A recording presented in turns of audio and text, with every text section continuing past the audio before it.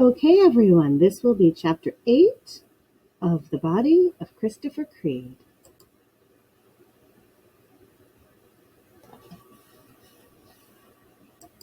There we go. It was dark when I got to Allie's that night. I waved to her mom in the living room, and her mom waved back and smiled, but didn't get up off the couch. She looked tired. I wondered if the divorce had turned out to be harder than she had expected. Allie's little brother Greg was watching TV with his face right up to the screen.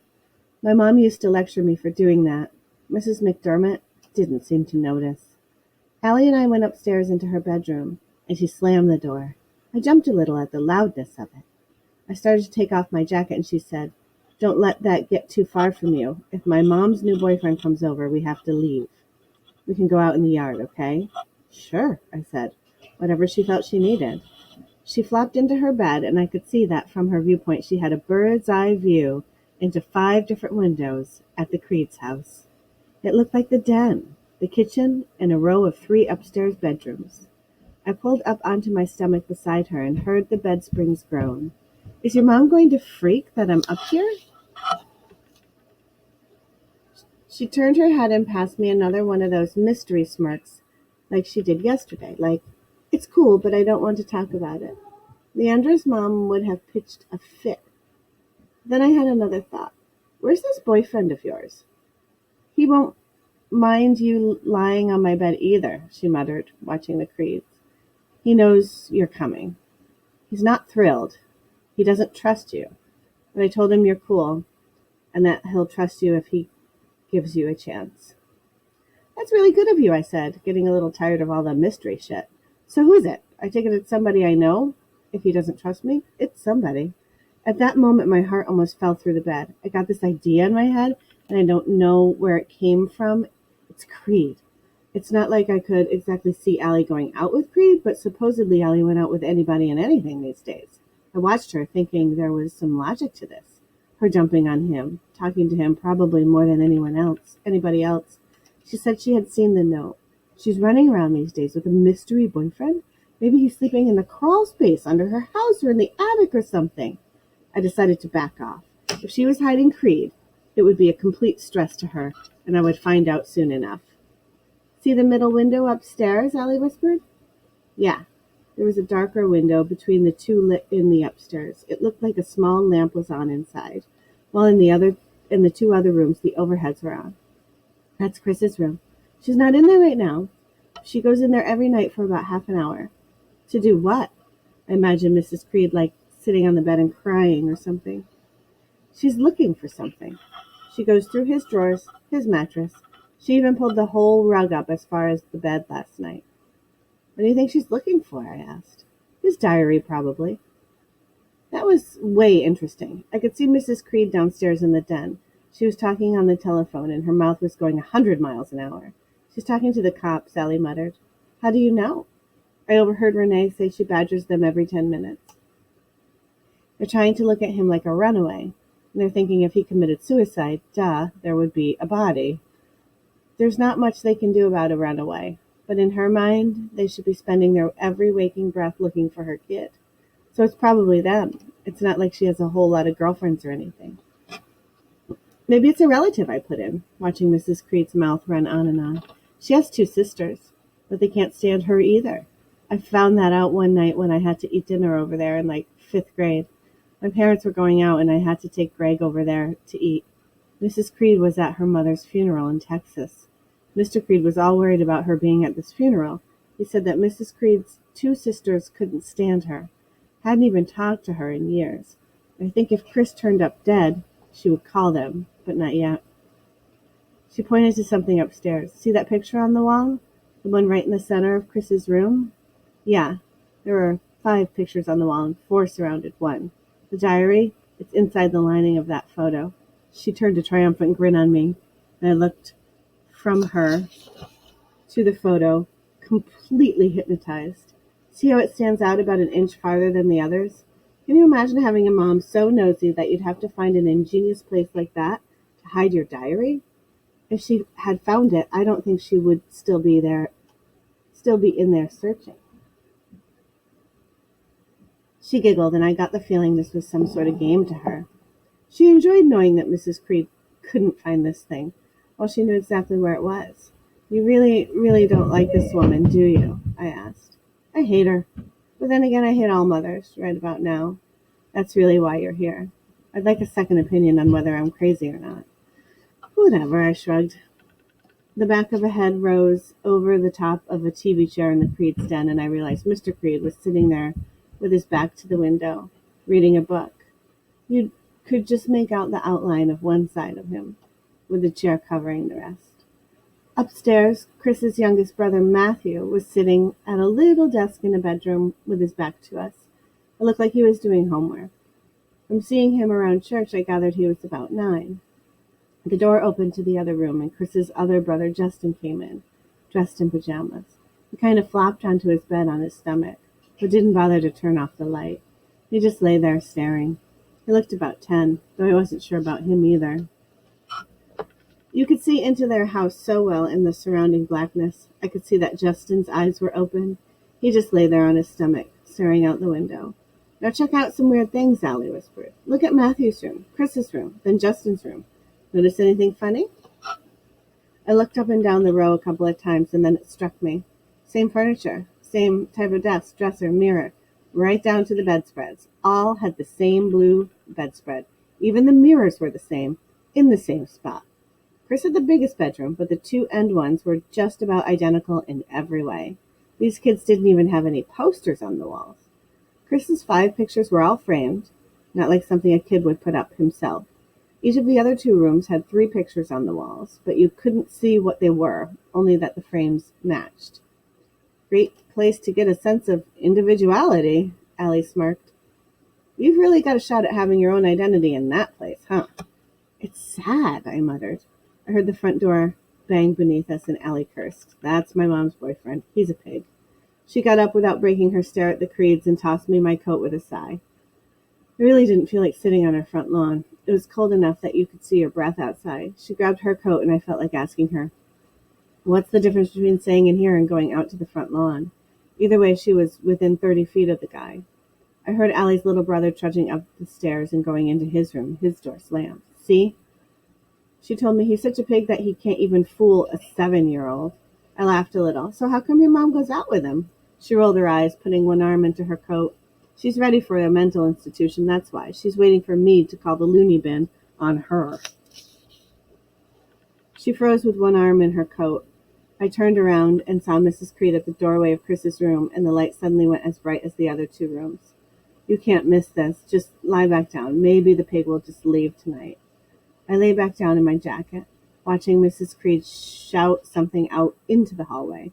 No sooner was it out of her mouth than both kids got up, Matthew out of his chair, Justin off his bed. Matthew looked to be arranging his school books and stuff, and Justin just stood there rubbing his eyes. Lights out, troops! March! Allie muttered. In the summer, the windows are open, and you can hear her clear to Atlantic City. She thinks she's cute. She's clueless that her own family wants to puke on her. Matthew put out his light, and the room went dark. Justin reached for the light switch, but before he hit it off, he flipped the bird out into the hallway. Did you see that? I let out a laugh. He's the only one with any spunk, Allie said. Hey, yeah, I really like old Justin. He's actually about 12, though he looks a lot younger. A knock at the bedroom door made me jump a little.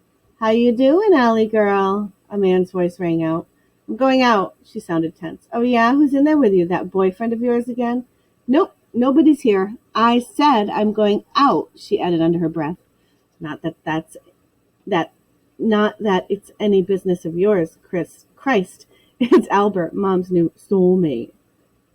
She turned back to the window, and this time I could see Mrs. Creed in Chris's room scratching her chin, looking this way and that like she was sizing up every space in every corner.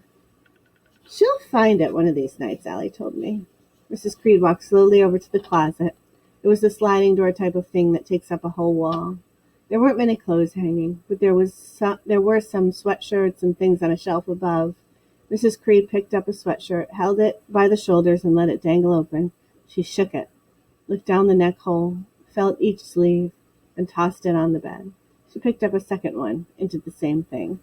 Does this look like a woman on a mission? Allie asked. Yeah, I breathed. It's not like she even looks sad, just determined or focused or something. Diabolical, Allie added, and I couldn't argue with that one.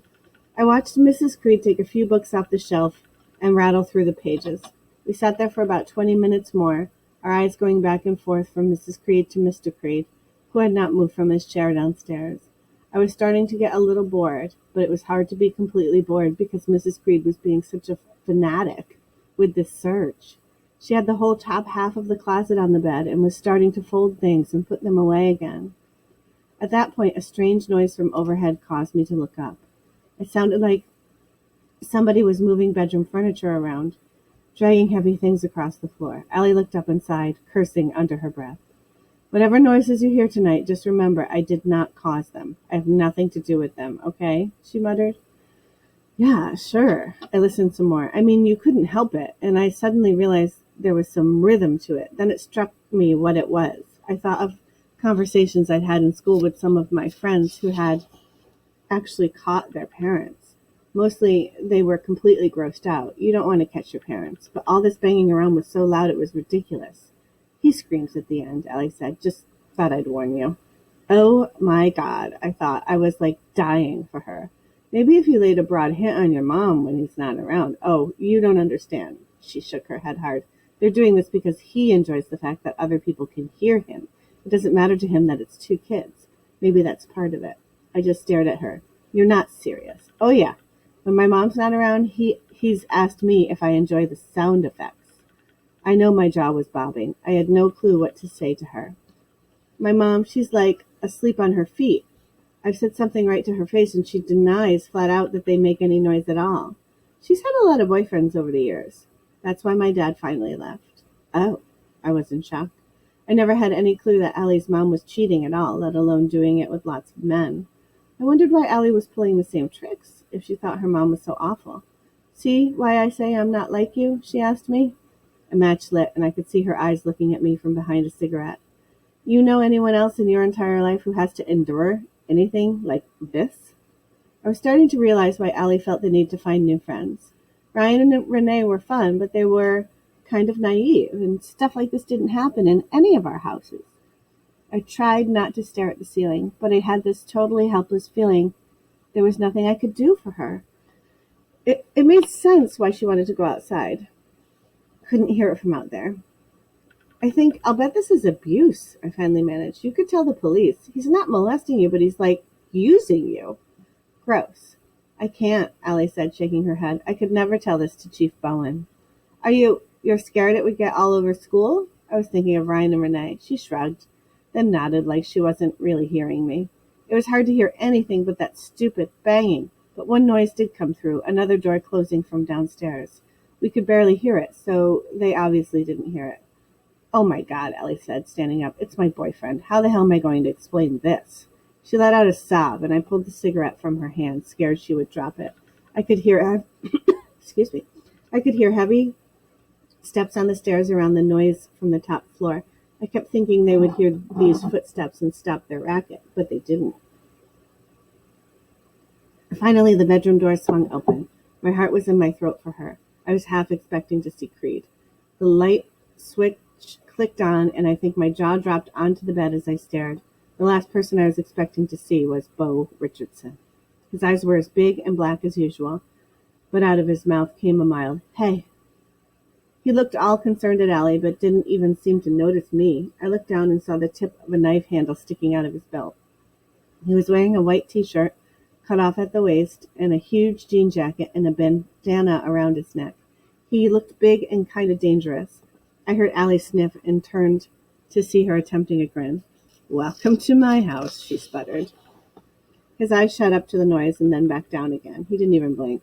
"This is the thing your mom does that you were afraid to tell me?" She nodded, sniffing again. I figured, him being a Boone, that stuff like this went on in his neighborhood all the time. I guessed a minute later that I was way wrong. He turned and left the room. I heard him clomping up the stairs. I shut my eyes as Allie dived her head into my lap. I could not believe this couple was up there doing the nasty, banging off the walls, and Bo Richardson was climbing the stairs like taking them on was nothing. The banging stopped. I heard Mrs. McDermott scream and the man's voice holler. Then Bo's voice, "Hey, shut up. Don't give a shit." I'll throw you out the window, asshole. The man said something in a lower voice, and Bo broke him off. You ain't calling the cops, you pervert. You're going to be quiet or get the fuck out. And you got kids. Mrs. McDermott said something short I couldn't hear. Then he cut her off, too. Wake up and smell the coffee, woman. Don't want to hear it. You got kids. Now, be thinking of your kids, or I'm calling the cops on you. You got it? Hey, tell your troubles to Jesus, Mrs. McDermott. Don't want to hear one more peep out of this room. Just be cool. The door slammed. Bo's footsteps came back down the stairs, and Allie shot up out of my lap. I heaved a sigh, hearing him knock on her little brother's door. Greg, my bro, how are you, man? My man. I heard Greg say something soft and run across the floor. Bo came back into the room with the kid on his back, piggyback style. I sat on the corner of the bed, farthest away from them, wondering if I should leave. I wanted to, but I didn't want to. I watched Bo spin Greg around front so he was holding him monkey style, wondering why I didn't have the nerve to trudge up those stairs and do what he just did. Probably because I never heard the nasty before, not outside a movie. Upstairs was so deadly quiet all of a sudden I wanted to laugh. Bo sat down beside Allie, sort of slap wrestling Greg with one hand. He threw an arm around her back. He's a pervert, okay, Allie, he said. You want me to get rid of him? I'll go back up there right now if you... No, there'll just be somebody else next week. One of them's going to decide they enjoy doing something worse. That's what I keep thinking. Hey, somebody lays a hand on you two over my dead body. You got that? He quit play-slapping Greg. Greg, be a good man and go to bed. I need to talk to Allie, okay?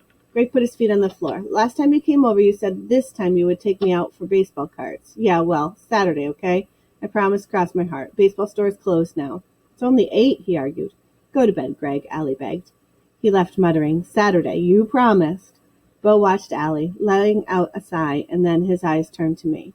He stared at me, and I stared back, trying a slight grin that didn't really work. What are you doing, Adams? Getting an education? I decided to be truthful. Yeah. He laughed and pulled the cigarette out of my hand, and I realized I'd been holding it since before Allie dived her head into my lap. He took a huge drag off it, and then Allie took it from him. Her hands were shaking still. He just stroked her back some and watched her. Shit, my old lady's been married 4 times. I got 5 younger brothers and 2 younger sisters. 5 different dads, he laughed. If you knew some of the shit I've been through trying to keep my place from turning into an insanity fest, my old lady never pulled this one. But she'll go off to the grocery store and show up 5 days later. Come on, babe, be cool. It's okay now. She took a deep breath and actually quit crying. There was a long silence, and he rubbed her arm and kept kissing her head. I guess she was lucky to have him, funny as it seemed, because none of us would have had the first clue what to do about her mom and Albert. He jerked his head to me. You tell Adams about us? She shook her head, blowing a stream of smoke out. But he knew you were coming and all. He's cool. She was saying I was cool, but I guess he could tell I was surprised by the look on his face. I tried a shrug. I had already decided I wouldn't have a problem if Allie was with a Boone. I stared back as he looked me dead in the eye for an eternity. Finally he muttered, Yeah, I guess maybe you are cool. God knows why. But you gotta keep us to yourself, okay? He kissed her on the side of the head one last time. She's been through a heap of shit around here. She don't need any more from school, okay? Yeah, fine. I watched him thinking, he's so old. He's so mature. I mean, for all the stuff he got in trouble for around school, you would never think he had this big side, this side that was unselfish enough to think of Allie. I felt young in the room with them, like they could almost babysit me. Oh, it was a stupid thought, and to break out of the silence, I said something. This is stupid, but I thought you might be Creed. All I knew was her boyfriend was coming, and she's been acting all mysterious, and... Excuse me. They both cracked up. Not like they were laughing at me or at Chris, but like it struck them as funny. No, Allie said. Cross my heart. I have no idea where that little bugger is. I wish I did. I've hit him before, Bo said. I've hit him hard a couple of times before. He just could get so far up your ass coming up to me. Oh, Bo, guess what? Blah, blah, blah. Like I hadn't just beat the shit out of him 3 weeks ago. Guy's got a memory problem. I laughed. I knew exactly what he was talking about. It's not like I ever thought he'd pull a stunt like this. Bo shook his head. But if he shows up next week, I am really, really going to hit him for scaring everybody half to death. Shook you guys up too, huh? I asked, meeting him and the other Boons. He laughed like I was stupid. Shook us up? Them ain't the words. We're pissing ourselves in the barrens because you mark my words. If Creed don't show up soon, one of us is going to hang. They'll blame you?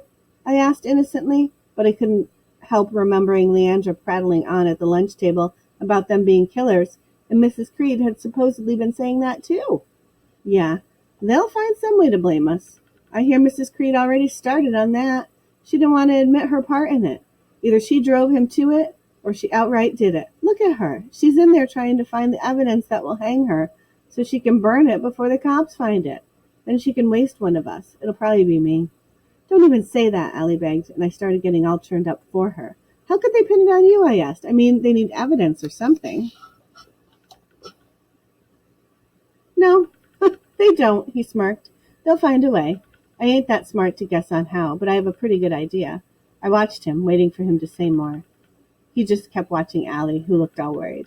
Finally, I broke my stare and looked over to see Mrs. Creed putting one last sweater on top of the shelf.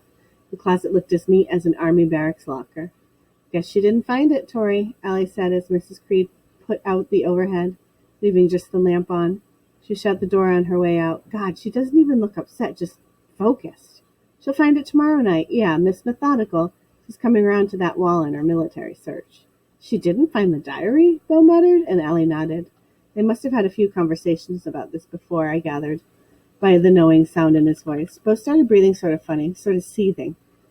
The two of them were staring out the window, and I could see so much fire in their faces. Their own moms were such a problem.